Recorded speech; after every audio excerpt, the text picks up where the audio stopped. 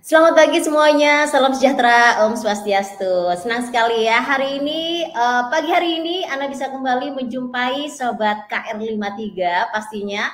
Dan kalau semalam kita sudah bahas ya tentang puasa dan Paskah dengan Gus Aan dan juga ada Pendeta Dia. Nah sebelumnya Anda juga ingin mengucapkan selamat merayakan Paskah ya buat saudara-saudara kita umat Kristiani dan Katolik yang kemarin merayakan ya dengan rangkaian yang panjang. Nah hari ini kita akan bahas tentang dunia pertanian yang bisa dibilang ya persoalan pangan ini persoalan yang sangat penting ya karena setiap hari kita membutuhkan pangan, nggak hanya kita tapi semua makhluk hidup ini membutuhkan pangan. Dan kalau cadangan pangan kita tidak cukup, tentu kita juga nanti yang akan mengalami kerugian atau merasakan dampaknya. Oleh sebab itu, pada pagi hari ini kita tidak sendiri, ada Profesor Yunita Triwardani, siapa namanya lengkapnya, Winarto ya. Profesor Yunita Triwardani Winarto. Nah, kita undang dulu. Selamat pagi, Profesor Ya. Yunita. Selamat pagi Mbak Nur, selamat Iya, pagi semua pendengar ya.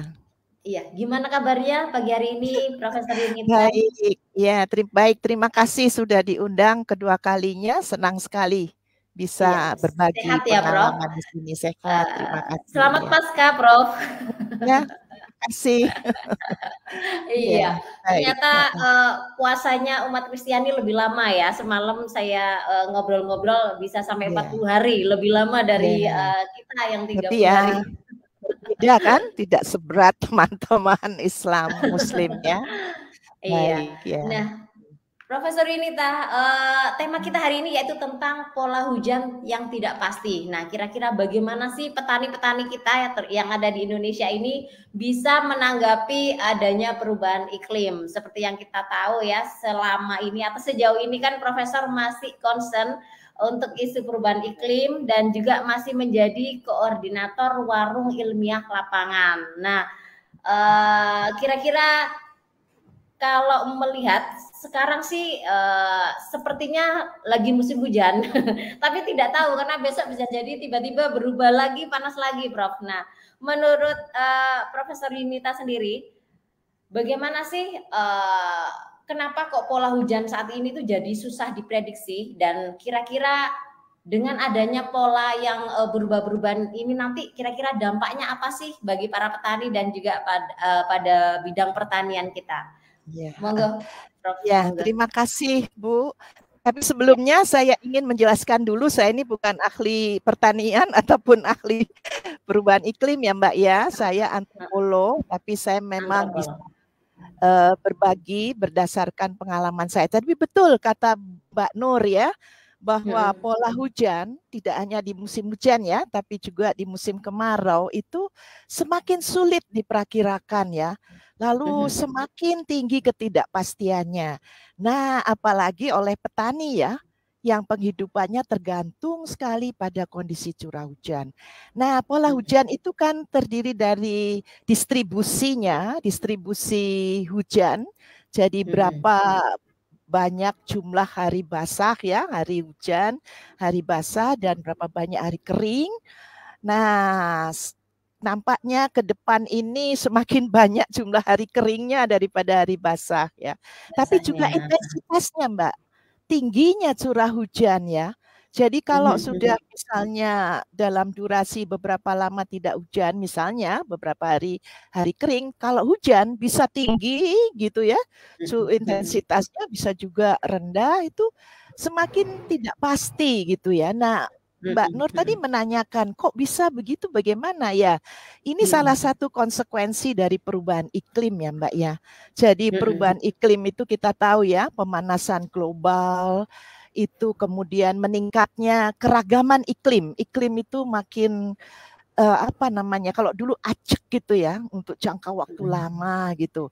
Fenomena alam seperti kalau dikenal di dunia meteorologi, geofisika gitu ya, yaitu yang disebut dengan El Nino di kawasan Pasifik ya, terutama La Nina, netral, misalnya, itu fenomena alam ya Mbak, meningkatnya suhu permukaan samudra atau menurunnya, mendinginnya, yang kemudian berkombinasi dengan kondisi atmosfer kita yang sudah penuh dengan gas rumah kaca. Jadi kemunculannya itu semakin tidak teratur. Jadi kalau dulu misalnya El Nino, kemarau panjang gitu ya, distribusi hari keringnya lebih panjang daripada hari basah, gitu. Kalau munculnya beberapa tahun sekali, lalu disusul dengan misalnya La Nina, yaitu jumlah hari basah lebih panjang daripada hari kering gitu ya, karena peningkatan suhu permukaan laut di Samudra Pasifik ya, ada yang bagian timur Indonesia dan bagian masalahnya bagian dekat dengan Indonesia ataupun yang mendekat dengan Amerika Latin gitu ya.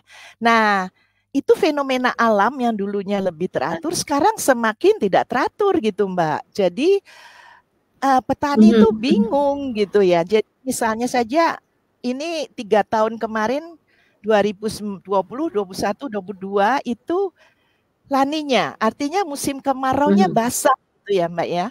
Nah, tahun 2023 El Nino, padahal 2018-19 El Nino juga gitu ya. Jadi jaraknya itu juga semakin tidak tertentu. Pasti. Ya. Tidak. Petani ini kan biasa menggunakan pengalaman masa lalu ya, jadi tradisi cocok tanam orang tua yang diwarisi, dipraktekkan selama beberapa puluh tahun terakhir ini, lalu tidak ajek lagi gitu loh. Ini mestinya musim hujan, kok masih kering gitu. Loh ini mestinya musim kering, kok banyak hujan gitu ya. Jadi ini situasinya Mbak, sehingga dampaknya buat pertanian tuh sangat signifikan ya. Mengapa? Karena pertanian itu kan salah satu sumber daya yang utama tuh air ya, untuk bisa meningkatkan, untuk bisa menarik nutrisi ya dari tanah ke batang gitu. Lalu diperlukan juga oleh tumbuh-tumbuhan. Nah, ini untuk proses fotosintesis dan sebagainya. Jadi kalau tak ada hujan dan tergantung hanya pada hujan, nah ini yang paling terkena ya dampaknya. Yang punya sumber air masih bisa mencari sumber air. Tapi kalau hujannya seperti El Nino kemarin ya, tahun 2023 kan cukup lama ya. Iya, kemarau panjang. Nah, debit air di waduk-waduk besar juga berkurang. Kering. Gitu. Nah, ini bagaimana mengalirkan air gitu ya ke sawah-sawah di hamparan yang luas di utara, pantai utara. Jadi atau sebaliknya ya, kalau La Nina misalnya hujan banyak sekali, tidak terduga, dan masalahnya kadang-kadang infrastruktur ya Mbak ya. Jadi tanggul yang jebol, sedimentasi yang tidak dikeruk, hujan dari hulu ke hilir sedikit saja sudah meluap begitu ya. Lahannya banyak yang kebanjiran, terendam air gitu ya. Ya, nah apalagi kalau petani tidak tahu bahwa akan terjadi curah hujan seperti itu, intensitas seperti itu dan mungkin berhari-hari, itu lalu mereka baru tanam, tanamannya terendam air, busuk, harus tanam lagi dan sebagainya. Jadi kegagalan itu bisa tidak hanya panen ya Mbak ya. Jadi kegagalan waktu semai ketika sudah dikira wah ada hujan ini bulan apa ya, November tuh, Oktober, November hujan. Wah, udah masuk musim hujan. Ternyata kering lagi. Nah, yang sudah terlanjur semai akhirnya gagal semai. Nah, kalau bisa tanam, belum tentu bisa panen gitu Mbak. Tiba-tiba ada hujan yang besar gitu ya, atau kering, atau ini serangan hama penyakit ya. Nah, seperti di Pantura ini 2023 kemarin sampai musim hujan ini tikus itu bukan main menyerang, sehingga bisa tanam, bisa panen, walau alam gitu ya kalau tikusnya tidak Duluan begitu. duluan mana? Duluan hamanya atau manusianya ini yang manen ya? Belum sempat manusianya panen udah dipanen tikus duluan gitu ya. Jadi populasi hama itu juga penyakit itu juga terpengaruh oleh unsur-unsur komponen-komponen cuaca dan iklim ya Mbak ya. Jadi tidak Iya, hanya iya. curah hujan, tapi kelembapan ya, kelembapan itu juga kalau hujan berturut-turut lalu tidak ada sinar matahari, jarak tanamnya mepet-mepet gitu, iklim mikronya menjadi lembab, lalu juga angin dan suhu ya. Jadi itu kan berkelindan dan bisa memengaruhi apakah itu kondusif untuk pertumbuhan perkembangbiakan hama atau penyakit. Nah, pada Iya, musim iya. kondisi curah hujan seperti apa, hama yang menonjol.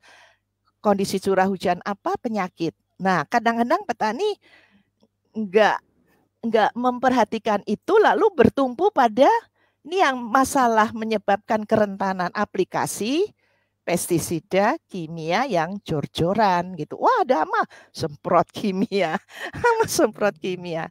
Ya, jadi Iya. masalahnya kompleks, Mbak. Ya, Iya, kompleks iya. gitu. Ya, Nah, ya, kira-kira dengan, tadi Profesor sudah menjelaskan, paling nggak kita punya gambaran ya. Jadi nggak melulu, apa namanya, perubahan cuaca itu hanya takdir dari Tuhan sehingga petani nggak bisa ngapa-ngapain gitu ya, Prof, ya. ya, Karena ya, itu, ya. masih bisa dianalisa, masih bisa diantisipasi seharusnya ya.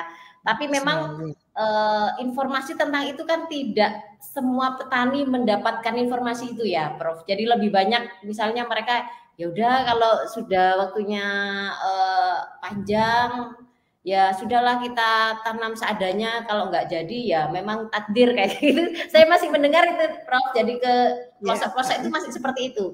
Karena ya, memang informasinya tidak sampai. Nah, di sini mungkin ya.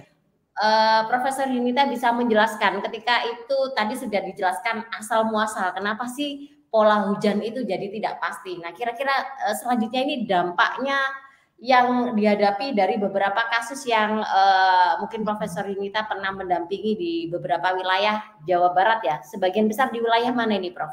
Yang Ya, petani-petani Jawa dampingi. Barat, pernah di Jawa Lombok Barat, Timur, dan tahun Lombok, kemarin musim tanam sampai dengan awal tahun ini di Manggarai Barat juga ya. Manggarai Barat. Lalu juga Nah, di Indramayu bagian barat utara ya.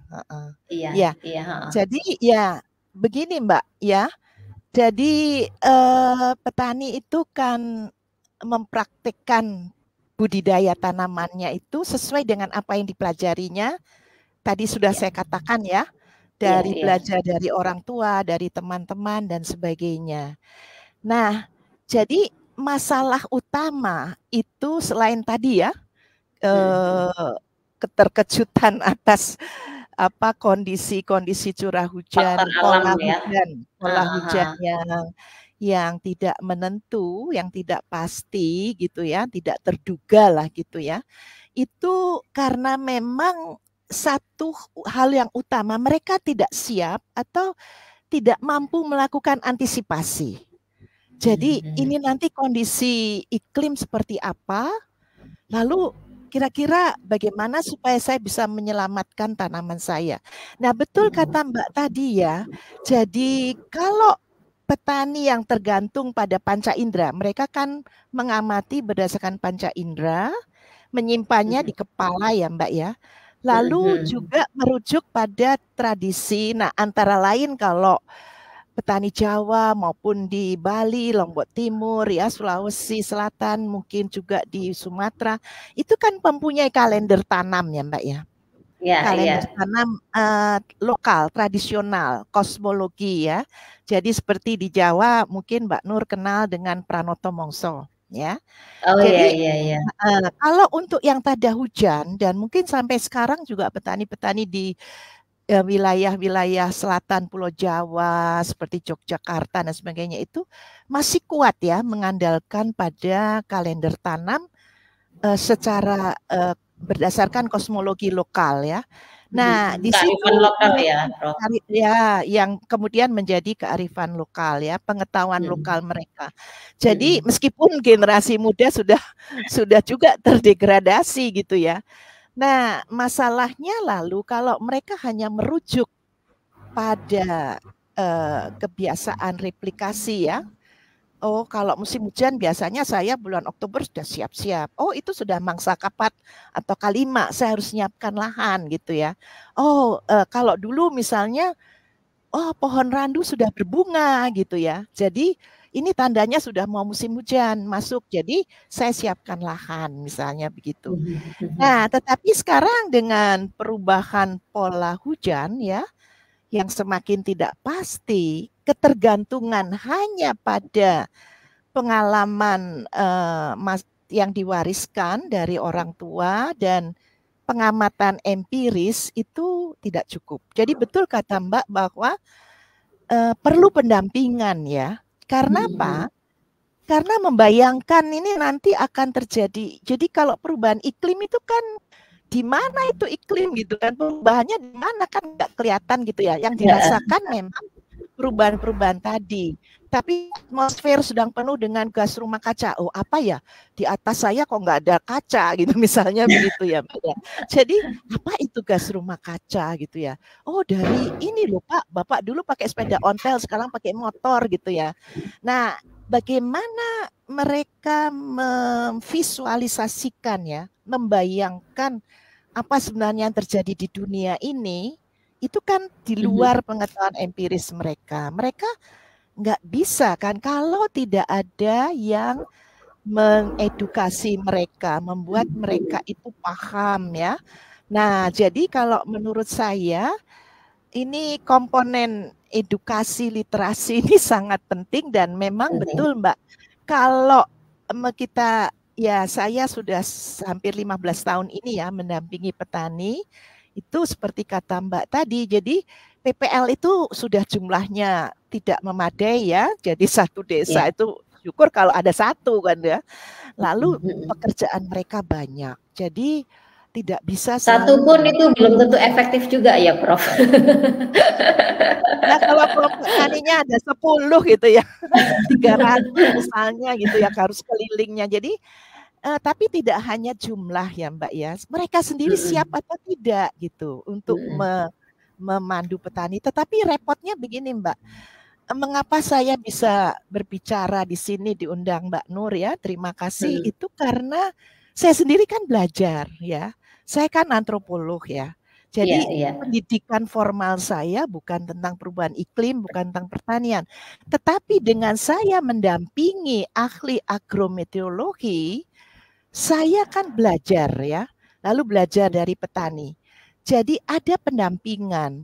Nah, kalau tidak ada pendampingan, ini informasi dari BMKG misalnya ya, yang apakah tepat waktu diketahui oleh petani nomor satu. Kedua bahasanya Mbak. Kalau bahasanya nanti akan terjadi El Nino gitu ya. Padahal mereka tidak pernah tahu El Nino itu apa dan tidak ada yang menjelaskan kan nggak bisa membayangkan ya. Mbak Nur nggak bisa membayangkan El Nino itu kayak apa sih ya gitu. Saya juga ini makanan apa ini kok susah dimengerti. Hewan apa ini gitu ya. Jadi memang perlu penerjemahan apa ya, penerjemahan pengetahuan ilmiah itu dengan bahasa-bahasa yang mereka pahami ya, Prof ya. Dan bagaimana kita tidak memarginalkan pengetahuan lokal karena mereka lah yang paling tahu kondisi ekosistemnya kan Mbak.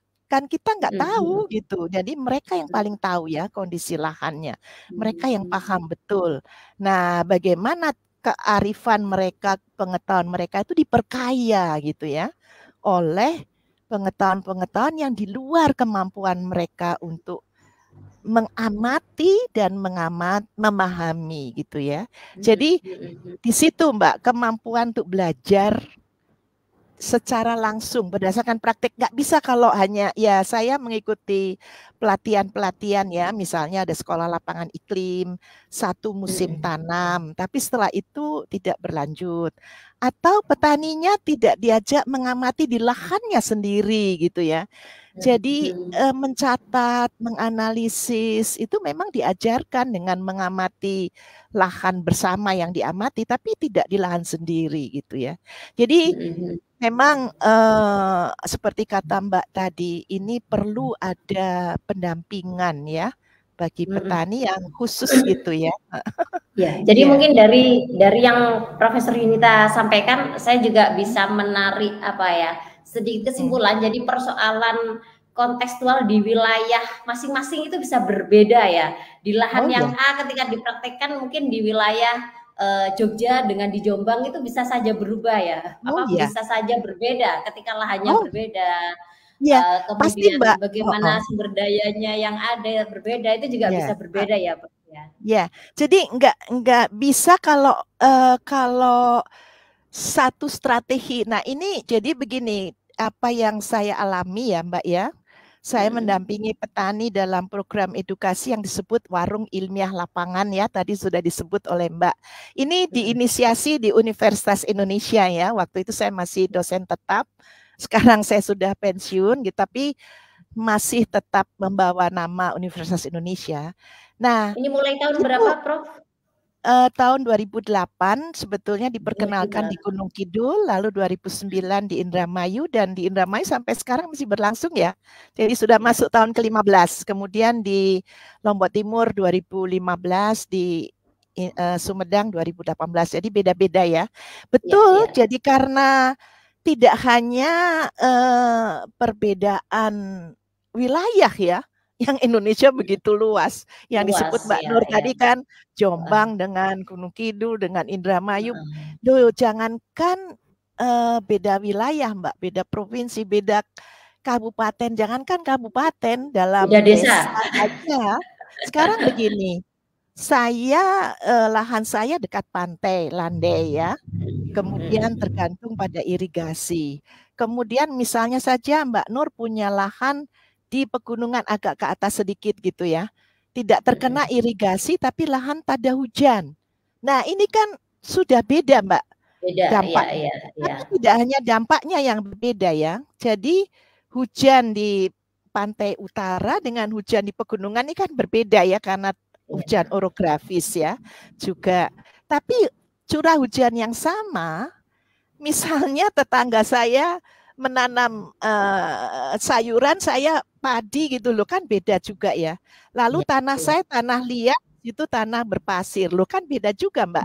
Jadi kalau curah hujannya sama, misalnya saja 50 mm masuk ke lahan saya yang tanah liat itu sudah menggenang, yang di situ terus masuk karena tanah berpasir. Jadi jangankan wilayah ya, dalam satu kabupaten itu ekosistemnya beragam, kemudian dalam satu kecamatan juga, ini kalau pakai wilayah administrasi ya. Tapi sistemnya itu juga berbeda-beda, ada yang irigasi teknis, ada yang setengah teknis, ada yang di ujung sekali, yang di sini sudah dapat giliran air, di pantai utara tidak dapat giliran air, terlambat gitu ya. Jadi sangat beragam. Jadi ini ya Prof, variabelnya itu banyak ya Prof yang harus dipelajari untuk melakukan antisipasi curah hujan ini ya Prof. Ya betul. Jadi karena variabelnya itu cukup banyak dan terutama harus mengenali dampak pola hujan tertentu ya pada lahan dan tanamannya sendiri, mau tidak mau kita harus memosisikan petani sebagai peneliti. Ya, jadi bukan hanya petani yang praktik bercocok tanam sesuai kebiasaan. Lah kalau gagal panen, ya sudah kata Mbak tadi kan, kalau pantai utara itu bilangnya main judi gitu ya kalau sudah musim kemarau. Ya seperti gambling, main judi aja ya, pokoknya kita tanam, nanti kalau gagal panen ya sudah. Lah tapi kan rugi ya modal dan sebagainya, itu kan sayang. Juga produktivitas pangan terganggu ya.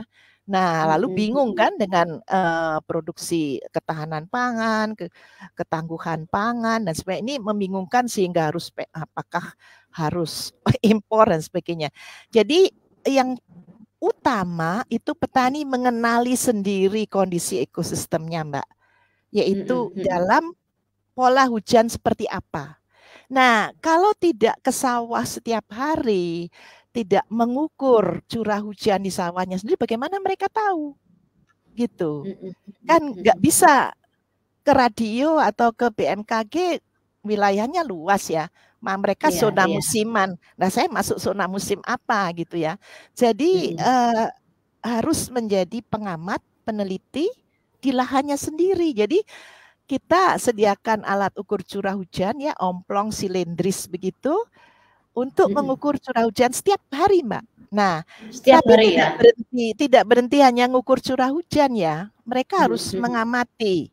Oh, kalau hujannya seperti ini, tanah saya bagaimana ya? Wah, masih meletak-meletak ini, masih dalam karena kemarin El Niño-nya panjang, musim kemarau panjang. Meskipun hujan deras belum bisa ini mengolah lahan misalnya begitu. Lalu kalau hujan tertentu dampaknya buat tanaman apa? Lalu buat organisme pengganggu tanaman sama penyakit bagaimana gitu ya. Nah, itu hanya bisa diketahui kalau petani rajin ke sawah. Nah, hanya untuk bekerja Mbak, nyiapkan lahan, kalau sudah lalu semai, ditinggal, lalu tandur gitu ya. Nggak bisa.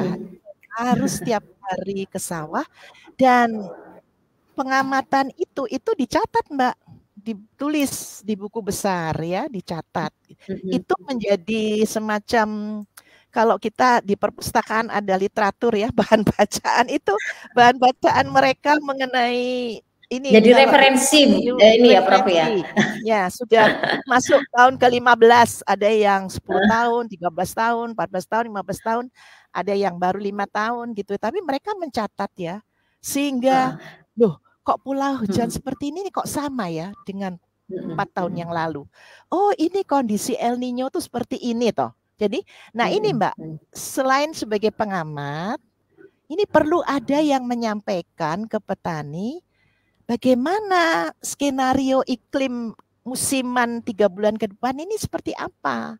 Nah, pertanyaannya siapa yang menyampaikan itu ke petani dalam bahasa yang dipahami petani gitu. Nah, ini harus ada, Mbak, dan tidak boleh terlambat ya. Kalau udah masuk musim kemarau, wah El Niño loh lah ya kan, antisipasinya udah terlambat gitu, Mbak. Jadi tidak hanya belajar sendiri, memahami, mencatat, menyimpan, masuk di kepala, oh ini nanti akan terjadi begini. Ini namanya antisipasi, Mbak. Oh, mengantisipasi seperti contoh kemarin ya, musim kemarau panjang masuk ke musim hujan kan terlambat hujannya. Nah, wah ini masih El Niño, berarti nggak bisa saya tanam sekarang. Tapi ada yang terkecoh, Mbak. Gitu, Mbak paham terkecoh ya, tertipu, gitu. Jadi begini Dikira sudah hujan, cuman ini kena prank. Ternyata pedas lagi. Nah, begitu. Ini sudah hujan, wah ini sudah masuk musim hujan nih. Ada teman-teman di Manggarai Barat itu dan juga di Sumedang misalnya ya, yang hortikultura itu langsung menanam jagung gitu ya. Nah, tahu-tahu kering, padahal tak ada hujan. Ya bagaimana? Jadi tumbuh, kalau toh tumbuh menjadi kerdil kan, nggak bisa bagus maksimal. Kemarin juga ada teman dari Sumedang itu juga menyatakan ke saya, umbi Cilembu itu kan terkenal ya Mbak ya. Nah, umbi Cilembu yang manis itu ya, manis, dan nah produksinya kan cukup bagus dan tinggi.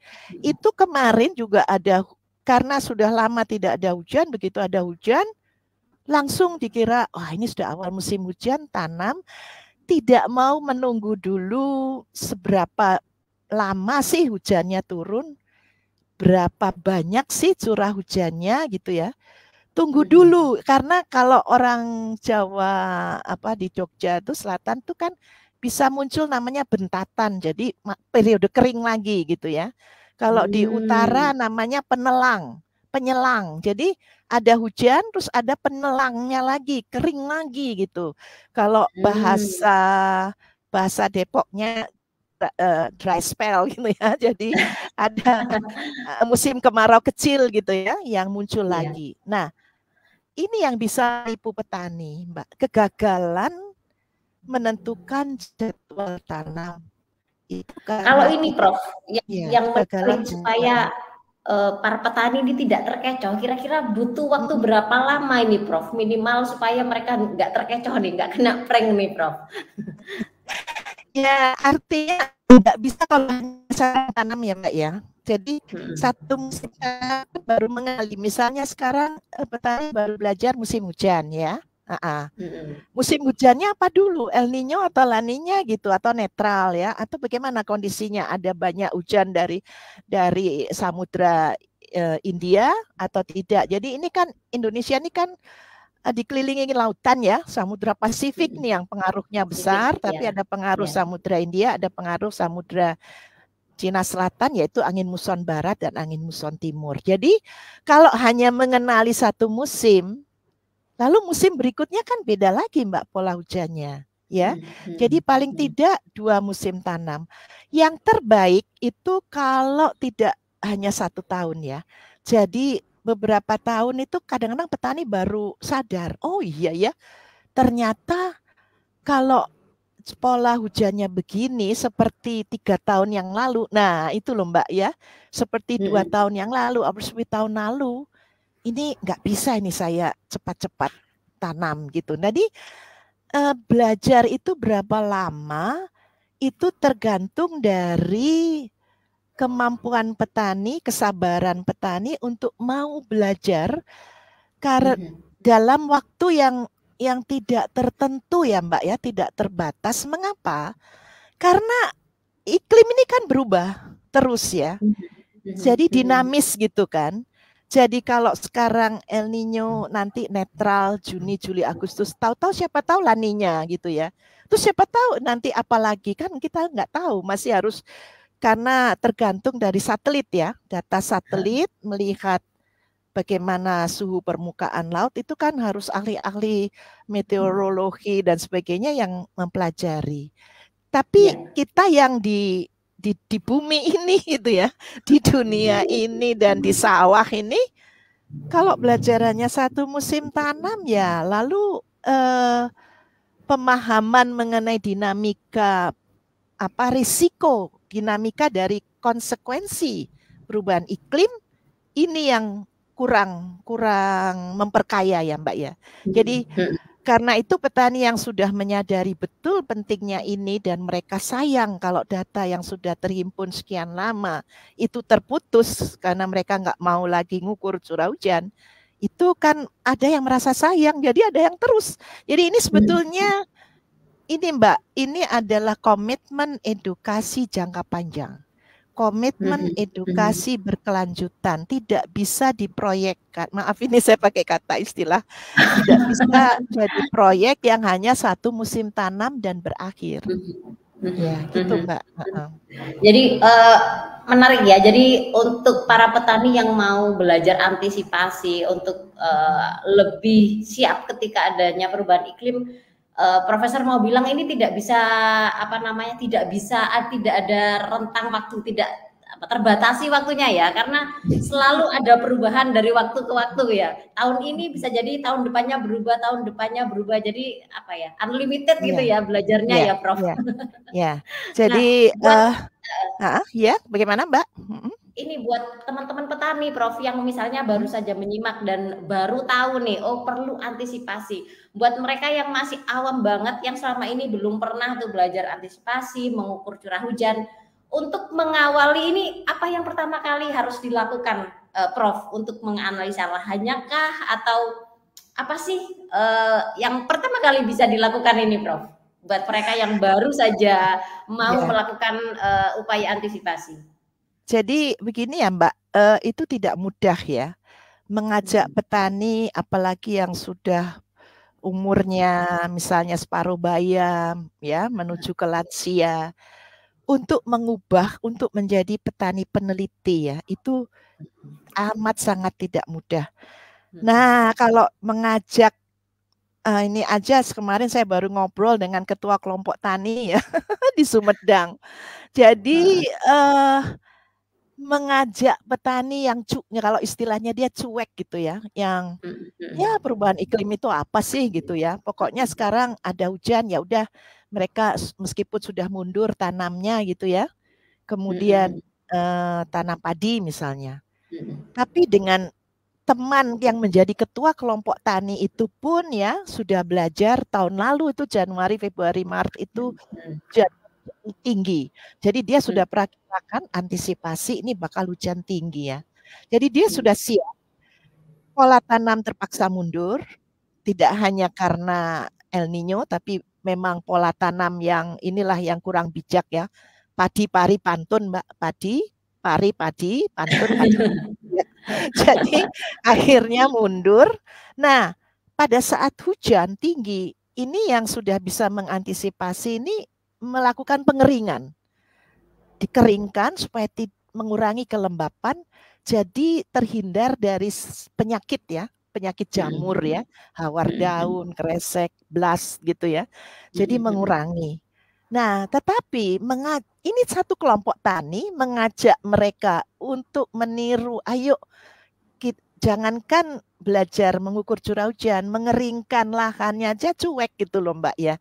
Jadi bagaimana ya, membutuhkan memang penyadaran, dan ini bukti memang penting sekali karena itu setelah beberapa tahun ada bukti-bukti bahwa petani yang mengukur curah hujan itu lebih tangguh gitu ya, produksi pangannya, pemilihan varietasnya lebih tepat, pola tanam, jarak tanam, dan pilihan komoditas dan jadwal tanam itu lebih tepat, dan mengurangi penggunaan pestisida kimia, kok nggak apa-apa, nggak serang hama penyakit, itu kan merupakan bukti. Jadi bukti itu penting Mbak ya, bukti sesama dari teman, tetapi bukti itu bagaimana kemudian diikuti dengan ajakan ya. Ayo. Nah, ada teman juga yang berhasil mengajak teman-temannya mungkin melalui penanaman varietas yang wah performance-nya bagus gitu ya. Wah, produksinya bagus, nanti lalu nah coba kurangi pestisida karena nggak ada hama penyakit. Ayo coba ngukur curah hujan. Jadi memang tidak bisa kalau seketika dikumpulkan lalu ayo kita rame-rame. Nanti yang kok disuruh setiap hari ngukur curah hujan repot mundur gitu ya. Nah, ini Mbak, jadi memang ya bagaimana ini kasusnya seandainya ini ada petani yang mendengarkan Prof kebetulan. Ini saya positif thinkingnya nih Prof. Terus iya ya perlu antisipasi.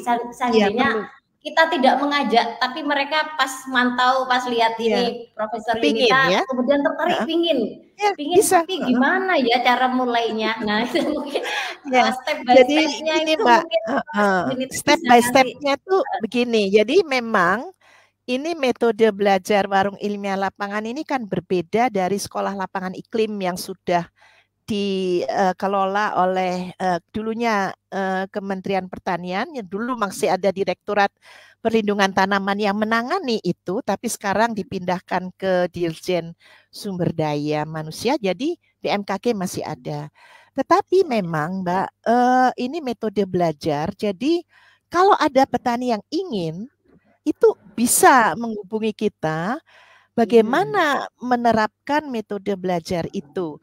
Hanya sekarang masalahnya karena ini perlu praktik langsung di lapangan ya, nggak bisa lewat Zoom gitu ya.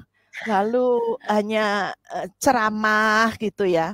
Lalu ini harus begini, lah gimana gitu ya. Jadi memang sebaiknya itu bisa menghubungi pihak-pihak. Nah, seperti misalnya Mbak Nur punya kolaborasi dengan LSM gitu ya, atau menghimbau pemerintah desa gitu ya. Pemerintah desa sebetulnya punya dana desa ya. Nah, misalnya begitu untuk pembangunan masyarakat desa ya, pembangunan sumber daya manusia. Ini sangat krusial. Nah, bisa memulai saya pikir dengan kesepakatan dan kemauan untuk belajar. Kalau tidak ingin, wah nanti berat. Jadi kalau mau nanti bisa menghubungi saya gitu ya, bisa menghubungi Mbak Nur. Memang perlu ada semacam sponsor. Nah, ini yang tidak mudah mendapatkan ya. Tapi yang mau mendukung itu dana operasional. Jadi dana operasional itu sebetulnya kalau peralatannya sederhana, Mbak. Kita nggak cari yang jutaan gitu ya. Yang ombrometer aja ratusan ribu juga enggak. Ini alat saya kebetulan nggak ada alatnya ya. Silindris tuh paling nggak ada 100.000 gitu ya.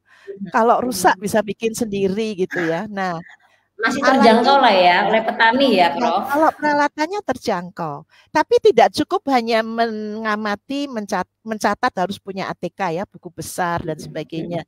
Jadi misalnya buku semacam ini ya, alat tulis, penggaris dan sebagainya, itu kan tidak mahal.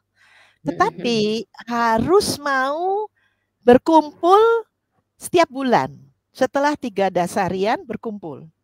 Untuk memaparkan ini pengalaman di tempat saya curah hujannya begini, jumlahnya sekian, dasarian pertama, dasarian itu 10 harian ya. Itu begini, begini, 1 bulan total curah hujannya berapa, hari keringnya berapa, hari basahnya berapa. Jadi tidak hanya intensitasnya ya Mbak, tapi distribusinya. Sebab kemarin itu bulan November, Desember, wah hari keringnya masih panjang. Lalu bulan Januari ada yang hari keringnya hampir 2 minggu Mbak. Padahal Januari yang katanya petani itu hujan sehari-hari gitu ya. Itu bisa seharian. Ada hujan. Nah bulan Maret ini hari dasarian pertama 2 hujan ya. Tapi Ya, kemudian awal. dasarian ketiga sekarang ini sudah mulai ada hari Ya, kering agak banyak panas, lagi. ada Jadi, panas ya. nah itu harus dibagikan bersama pada saat itu tanaman saya usia berapa, kondisi hujan seperti apa, ada masalah apa, oh ada hama penyakit nih gimana ngatasinya, oh ini kok kurang bagus tumbuhnya bagaimana, itu dirunding bersama Mbak. Nah, jadi tidak bisa belajar sendirian gitu. Jadi harus berkelompok memang ya, Prof. Kelompok. Nah, kelompok itu bisa tidak hanya satu kelompok tani, bisa desa, bisa kalau di Indramayu tuh dari kecamatan yang beda-beda gitu ya. Kumpul setiap bulan, berbagi. Nah, itu memperkuat pengayaan diri untuk terus menjadi peneliti, memperkaya. Kalau saya suntuk sendirian gitu kemana ini? Nah, mendapat pencerahan. Nah, untuk itu semua juga ada eksperimen. Itu perlu dana untuk memang bagaimana pertama musim pertama kedua itu kalau saya kirim pemandu-pemandu gitu ya. Kemarin ke Desa Repi di Kecamatan Lembor Selatan, Manggarai Barat. Itu ya dengan sponsor LSM mendatangkan saya dan saya cuman beberapa kali, nanti teman-teman bergantian. Satu tim gitu ya. Bergantian. Ya. Kalau hanya satu musim, ini nggak cukup gitu ya. Nah, nanti musim kedua kita berkurang lah kalau sudah bisa. Lalu LSM setempat atau universitas ya, dan mahasiswa kan saya dulu membawa mahasiswa ini, mahasiswa yang tinggal mendampingi mahasiswa setempat. Jadi itu bisa continue ya. Jadi ada contoh nih Mbak, tadi tidak hanya LSM ya, tetapi juga contoh CSR perusahaan gitu ya, PLN itu mendukung dana operasional. Jadi itu menolong Mbak. Jadi ya swadaya masyarakat, pemerintah desa, dinas kalau bisa dan juga LSM. Tapi pertama memang masih ragu-ragu, pertama, kedua, ketiga, nanti kalau sudah senang jalan sendiri, Mbak. Sudah lancar bisa dilepas ya, Prof. Ada nggak, Prof, teman-teman yang sudah berhasil, yang didampingi itu semacam membuat success story, kemudian di-sharing ke media sosial atau ke apa namanya blog, itu ada nggak, Prof? Sehingga mungkin teman-teman petani yang masih baru-baru itu minimal ada referensi dulu, membaca dulu supaya lebih ada greget untuk memulai gitu, Prof. Ya, memang sayangnya kita udah nyiapkan website, tapi karena saya pensiun dan kemudian maintenance-nya ini menjadi masalah ya, karena teman-teman itu kemudian ada yang ambil S3, ada yang kemudian sudah lulus dan sebagainya. Jadi ini memang perlu ada upaya untuk maintenance ya, untuk website itu semacam itu. Tetapi sudah banyak beberapa video kita sudah bikin ya di YouTube, bisa dicari Warung Ilmiah Lapangan gitu ya. Kalau tulisan saya di jurnal-jurnal internasional, tapi ya mohon maaf bahasa Inggris ya, tapi ada beberapa yang bahasa Indonesia, dan teman-teman sendiri sudah pemandu-pemandu yang sudah tahunan ini belajar itu sudah siap menjadi pemandu. Jadi kita ada rembuk petani 1, 2, 3, 4 di mana petani sendiri paparan. Jadi ada di YouTube ya, rembuk petani takar gitu 1, 2, 3, 4. Nanti kalau mau berlanjut bisa. Jadi petani sendiri berbagi, juga diundang oleh Kementerian Pertanian, diundang oleh lembaga-lembaga swadaya masyarakat, oleh universitas. Jadi di YouTube bisa dicari gitu ya, lalu di googling publikasi, tapi ya banyak yang bahasa Inggris gitu. Tapi saya kira di YouTube dicari, coba video-video yang sudah kita buat ya. Ya, kalau saya yang pernah ikut yang dikasih link Zoom petani tanggap perubahan iklim itu ya, Prof ya, pernah kan ya. Nah itu saya sendiri yang mungkin suami baru mencoba ini jadi petani kopi. Saya sendiri yang selama ini belum nyemplung atau belum pernah secara langsung gitu ya punya lahan pertanian. Itu sudah minimal itu memotivasi saya dari hasil apa ya, diskusi teman-teman itu kok menarik gitu ya. Oh ternyata bisa loh diantisipasi, itu menjadi satu apa ya, satu keyakinan apa ya, menjadi lebih harapan gitu loh Prof. Jadi kita nggak hanya pasrah aja, kalau udah panas ya panas, kalau sudah gagal ya gagal, tapi dengan membaca mereka yang sudah melakukan analisa itu kok jadi oh ternyata ada harapan baru nih, petani masih bisa loh menjadi tangguh, masih tetap bisa produktif hasil pertaniannya gitu. Nah ini mungkin untuk awal kan mereka butuh referensi untuk nanti dulu Prof sebelum benar-benar nyemplung gitu ya menjadi ya. Jadi ini ada dua. Enggak, saya ingin nyampaikan apa yang dilakukan Mbak Nur ini juga menolong gitu kan, bisa menyebarluaskan gitu ya. Iya, bagaimana Mbak? Ada dua komen yang sudah bergabung, saya bacakan ya Prof. Ya. Oke, ini pertama ada dari Mas Edi Kurnianto, nggak tahu ini dari mana ini ya, tapi sudah ada masuk di chat. Saya nanam cabai di polybag dengan curah hujan yang tinggi, menyebabkan bunganya jadi rontok, gitu ya, katanya Mas Edi. Nah, kemudian ada Mbak Ika, ini Mbak Ika ini kayaknya fansnya Profesor Yunita ini. Mbak Ika Krisnayanti ya dari apa namanya KNPK ya. Nah, apa namanya pertanian keluarga ini ya. Nah, ini katanya Mbak Ika, tahun 2023 kemarin kami tidak bisa tanam padi selama 8 bulan, Prof. Jadi panen terakhir adalah Mei 2023 dan tidak tanam lagi sepanjang tahun. Nah, silakan Profesor Yunita, ada dua komen itu mungkin mau menanggapi sedikit tentang apa yang disampaikan. Ya, pada Saudara Edi dan Mbak Ika, terima kasih ya pertanyaannya. Tapi Pak Edi, ini saya bukan agronom ya, jadi mungkin saya tidak bisa menjelaskan hal teknis. Tetapi kalau belajar dari petani, memang tanam cabai di polybag, kalau hujan itu lalu apa namanya? Apakah kemudian sudah ada lubang-lubang yang cukup agar supaya air hujan itu bisa turun ya, bisa keluar ya.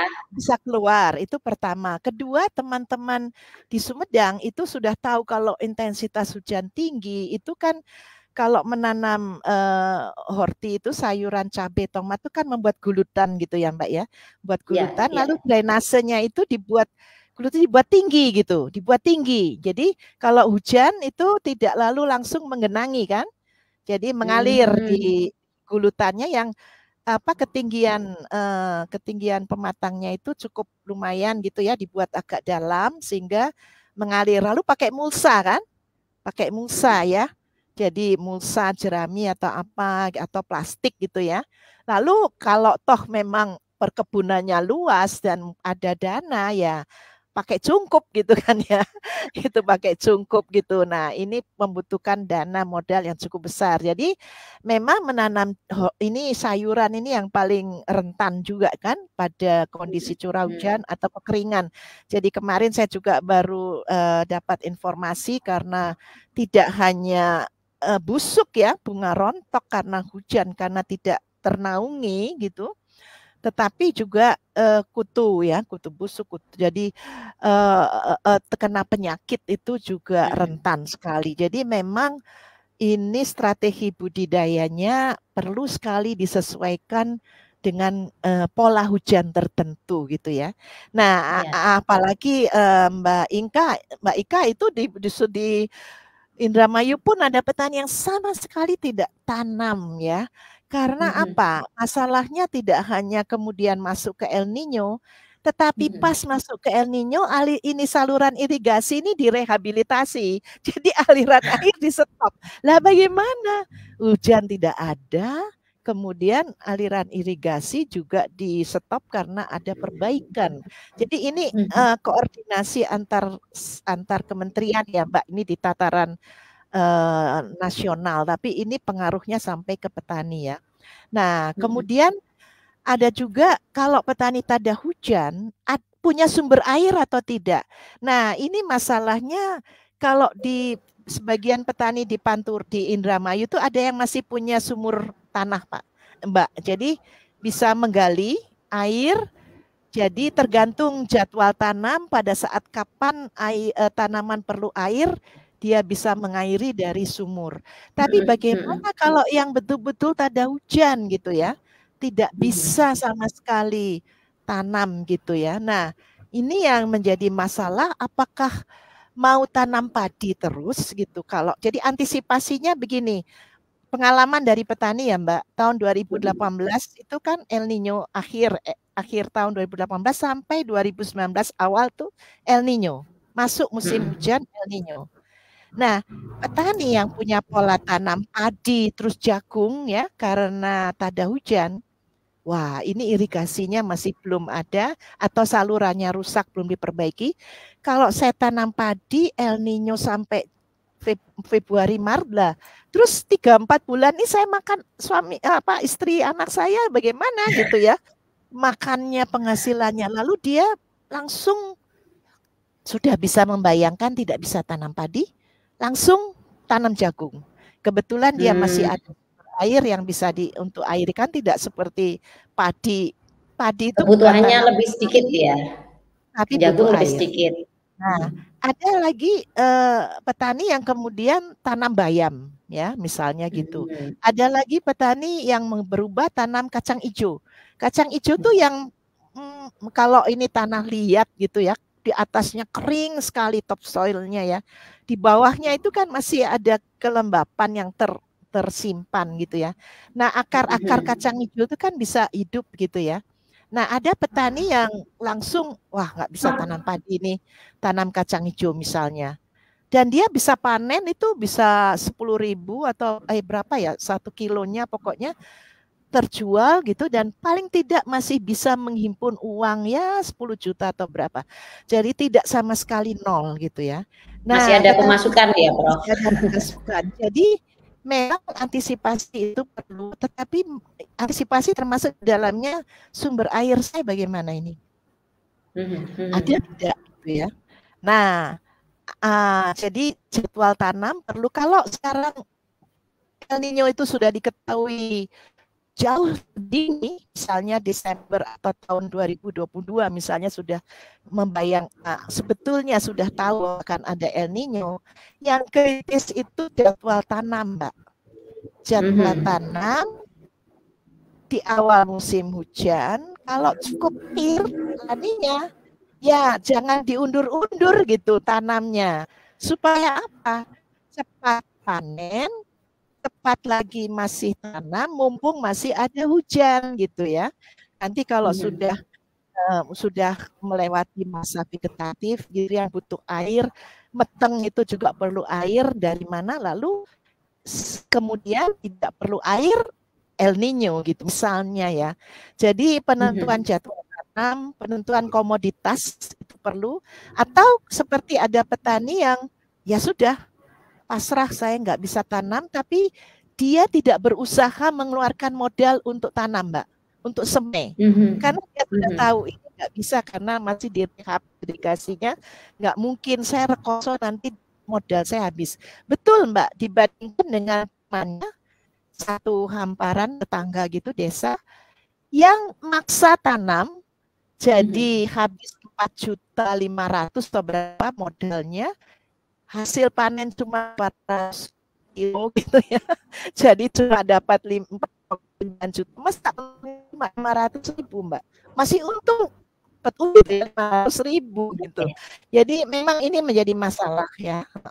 Jadi seharusnya pada saat ini ada frasa begini Mbak, satu hal ya, oleh almarhum agrometeorolog yang menemani, yang bermitra dengan saya, Pak almarhum Pak K. Stichter ya, Profesor Stichter. Bila hujan sedang melimpah, janganlah membiarkan air hujan itu limpas ke lautan. Bablas, simpanlah buat biopori, buat embung kecil ya, buat sumur resapan begitu. Jadi pada saat El Nino tidak ada hujan, Anda sudah masih ada sumber air.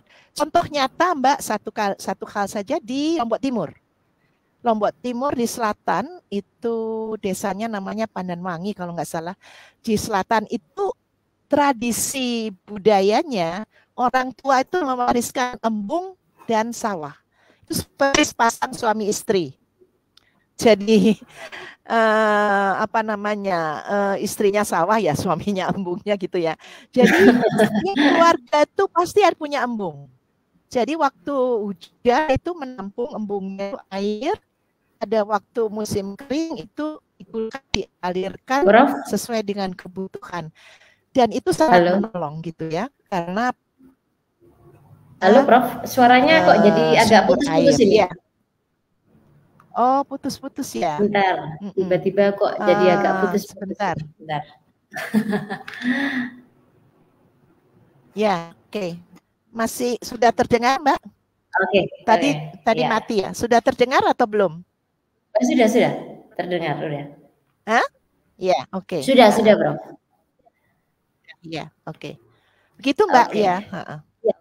Ini memang kompleks ya Prof ya. Berbicara tentang perubahan iklim dan pertanian ini ada banyak faktor yang harus diperhatikan. Jadi nggak hanya sumber daya manusianya, tapi sumber daya alamnya, ekosistem yang di sekitarnya juga akan sangat berpengaruh ya, Prof. Nah, ini mungkin pertanyaan yang terakhir ya, Prof.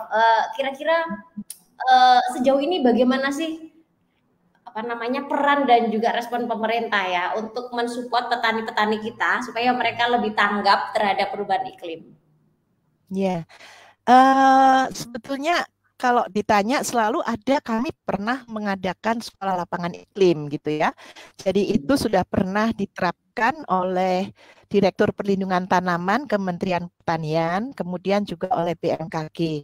Dan sebetulnya pemerintah itu menyadari ya bahwa ini penting gitu.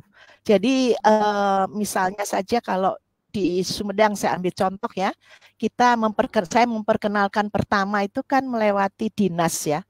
Nah, dinasnya mendukung. Lalu, wah ini penting sekali. Ini harus yang hadir. Saya melakukan lokakarya awal dulu ya untuk memperkenalkan. Wah ini penting sekali gitu ya.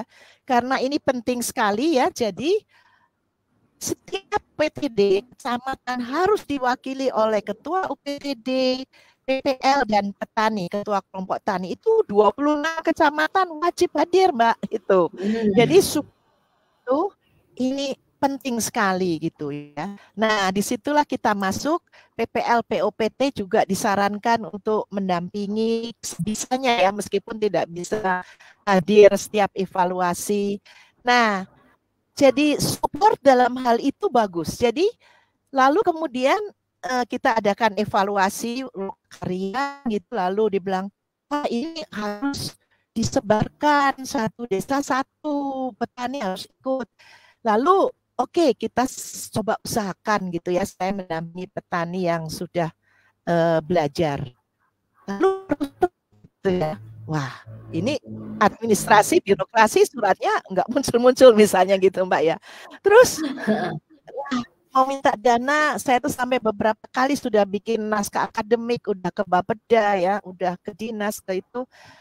Untuk terwujud sebagai dana operasional itu yang masih sulit. Jadi kemarin setelah 5 tahun gitu, lalu dinas, wah ini penting. Dinas, kepala dinas, ini penting ini bagaimana. Lalu satu desa satu, oke kita siap. Tapi nanti bagaimana petani pemandu ini ada ongkos transport itu operasi. Oh iya ya bagaimana ya dananya. Jadi ini Mbak pernah berhasil ya Indonesia SLHT sekolah lapangan pengendalian hama padi. Saya ikut mengamati kan itu masih menjadi peneliti ya. Jadi gerakan nasional itu harus gerakan nasional dari mana-mana donor asing dan sebagainya, dan sampai Indonesia memperkenalkan Farmer Field Schools atau sekolah lapangan pengendalian itu di dunia ya, dari Indonesia asalnya. Dunia sekarang rajin sekali mengadakan sekolah lapangan di mana-mana, Indonesia-nya melimpes gitu. Ini konsistensi dalam kebijakan, dalam dana operasional, utama bagaimana pendampingan ya. Jadi memang ada semacam masih ya antara PPL, maaf ini PPL atau tidak ya, dengan bagaimana bisa mendampingi. Kalau tidak ada dana ya ini bagaimana, tapi sebetulnya sih ya kalau mau dicariin bisa ya Mbak ya. Cuma sekarang sejauh mana itu dirasakan kebutuhannya itu dan menyadari ya. Operasionalisasinya kadang-kadang ya. Ya, mungkin ini ya buat kan itu mungkin kasuistik di daerah mana itu, Prof? Kan belum menyeluruh mungkin ya, Prof. Bagi mungkin dinas pertanian, Kementerian Pertanian yang kebetulan nih memantau, mungkin kita berharap ya semoga pemerintah lebih giat lagi. Jangan hanya petaninya yang disuruh tanggap, tapi mereka juga tidak tanggap untuk mensupport para petani ini kan ya. Supaya ini, nah masa petaninya saja sudah tanggap, mana nih kok pemerintahnya masih melempem. Nah kalau kebetulan ada kepala dinas pertanian yang lagi mendengarkan, ayolah mulai bergerak ya, jangan pewe, jangan santai. Petani sudah belajar menjadi peneliti, mencatat, ayolah pemerintah juga ikut bergerak gitu ya, harapan kita gitu ya, Prof. Nah kalau pesan satu untuk hal petani ya. Kalau satu hal tadi terkait dengan pemerintah ya, jadi ini perlu ada perubahan pola pikir juga ya, sebab pemerintah, saya sudah menyediakan sarana yang dibutuhkan dalam bentuk asintan, dalam bentuk benih, dalam bentuk pupuk begitu ya, dan juga pelatihan jangka pendek. Tetapi ini memang perlu ada perubahan alam pikir bahwa ini perlu berjangka panjang, itu yang mungkin perlu diinternalisasi juga gitu ya, sehingga bagaimana ini bisa dipandu. Jadi metode belajar, kalau teknologi, strategi dan sebagainya ya membantu ya. Nah ini memahami bahwa edukasi literasi itu amat penting ya. Tadi lanjutannya kalau untuk petani ya Mbak ya, gimana? Untuk petani apa ini Prof? Pesannya? Kalau petani ya mau tidak mau ke depan ini harus siap untuk menghadapi risiko perubahan iklim. Sekarang pertanyaannya, bersedia tidak menjadi begini Mbak, dari petani praktisi ya.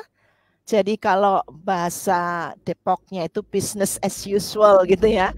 Jadi pokoknya saya udah tanam, ini tinggal panen. Tapi kalau pupuk terlambat juga bingung gitu ya, panen gagal juga repot gitu. Teman-teman cari pupuk lain saya gitu ya, juga mengantisipasi gitu. Jadi bagaimana mengubah juga pola pikir sama bahwa mereka tidak hanya praktik, tetapi juga menjadi petani yang mau belajar. Nah, ini begini, saya antropolog ya Mbak ya. Jadi perubahan budaya, ini ada perubahan budaya pertanian, perubahan budaya petani yang memang mau tidak mau ini perlu penyadaran ya pada diri petani sendiri. Tetapi kalau tidak ada yang apa namanya menstimulasi ya susah gitu. Nah inilah bagaimana kita harus bisa, saya ini masih bisa menyebarluaskan gitu ya, menggugah gitu ya. Dan teman-teman pemandu sebetulnya sudah menjadi pemandu di desanya masing-masing gitu Mbak, di kelompok taninya masing-masing. Jadi ada pemandu yang sudah bisa mengantisipasi ini laninya tidak bisa ditanam semangka misalnya begitu. Lalu di desa kan ada ini Mbak, ada rapat desa. Nah, itu dimanfaatkan gitu. Rapat desa itu oleh pemandu ini jangan tanam semangka. Kalau tanam semangka nanti gagal dan sebagainya. Ada yang petani ngeyel gitu kan. Bandel saya tetap tanam gak apa-apa. Tapi begini Mbak, harus sabarnya, kita harus sabar karena petani itu belajar dari kesalahan. Jadi saya juga belajar dari kesalahan, kita semua belajar dari kesalahan. Kalau oh iya ya, betul kok katanya tuh. Nggak bisa kalau hujan begini saya tanam semangka. Loh, kalau nggak ngalami rugi, Mbak, nggak percaya gitu. Nah, bagaimana tidak hanya sadar, tapi percaya itu tidak mudah. Saya percaya bahwa menjadi petani peneliti, saya percaya itu kepercayaan apa bahasa ininya trust gitu ya. Bagaimana membangkitkan kepercayaan petani itu ya usaha kita lah menyebarluaskan terus gitu ya. Mbak Nur jangan kan Mbak Ika dan sebagainya ya, semua Pak Edi. Baik Prof, terima kasih ya. Ini jadwalnya 40 menit, ini sudah 1 lebih 6 menit. Iya. Ya memang ini cukup apa ya? Cukup menjadi satu motivasi yang menurut saya penting adanya Profesor Yunita, ada Pak siapa kemarin yang petani di Indramayu itu Pak siapa? Pak Nurkila, Pak Yusuf. Ada yang apa itu namanya? Petani Sumedang. apa namanya itu? Tepung singkong itu. Singkong. Iya. Nah, itu menjadi apa ya? Menjadi penyemangat gitu ya Prof ya, buat petani-petani yang selama ini sudah hopeless gitu ya. Ini kok merugi terus, harga pupuk naik, tidak ada kejelasan iklim ini. Semoga masih tetap diberikan semangat juga Profesor Yunita, semoga senantiasa sehat gitu ya. Senantiasa mau berbagi ilmunya, berbagi pengalamannya, itu yang paling penting ya. Kadang kita tidak memiliki pengalaman, tapi kita bisa belajar dari pengalaman orang lain ya yang sudah mempraktekkan. Baik Profesor Yunita, terima kasih atas waktunya. Semoga tidak bosan ya. Ngobrol-ngobrol lagi. Yang akan menyambut Hari Raya Idul Fitri ya, selamat menyambut Hari Raya Idul Fitri minggu depan ya. Terima kasih, selamat merampungkan ibadah puasa. Semoga nanti menyebar ya Mbak ini beritanya. Terima kasih sekali lagi atas kesempatannya ya. Iya. Terima kasih Prof. Ini juga ada ucapan terima kasih dari Mbak Ika, dari Mas Edi, dari Ibu Ratna Siahaan juga yang sudah memantau dari awal. Terima kasih. Semoga saja ini menjadi pemantik-pemantik positif ya buat para petani untuk lebih berdaya ke depannya, lebih punya harapan baru untuk lebih tanggap terhadap perubahan iklim. Jadi silakan. Silakan yang mau menghubungi saya, nanti Mbak Nur kan ada WA saya ya sama alamat email ya. Buat teman-teman yang butuh kontak langsung atau konsultasi langsung dengan Profesor Yunita, silakan ya, nanti bisa DM ya di KR53. Baik, kita tutup dulu. Terima kasih Mbak. Terima kasih pemirsa KR53, Kicau Rakyat 53 yang sudah memantau, atas waktunya, atas partisipasinya. Kita tutup diskusi kita, semoga bermanfaat. Selamat siang, wassalamualaikum warahmatullahi wabarakatuh.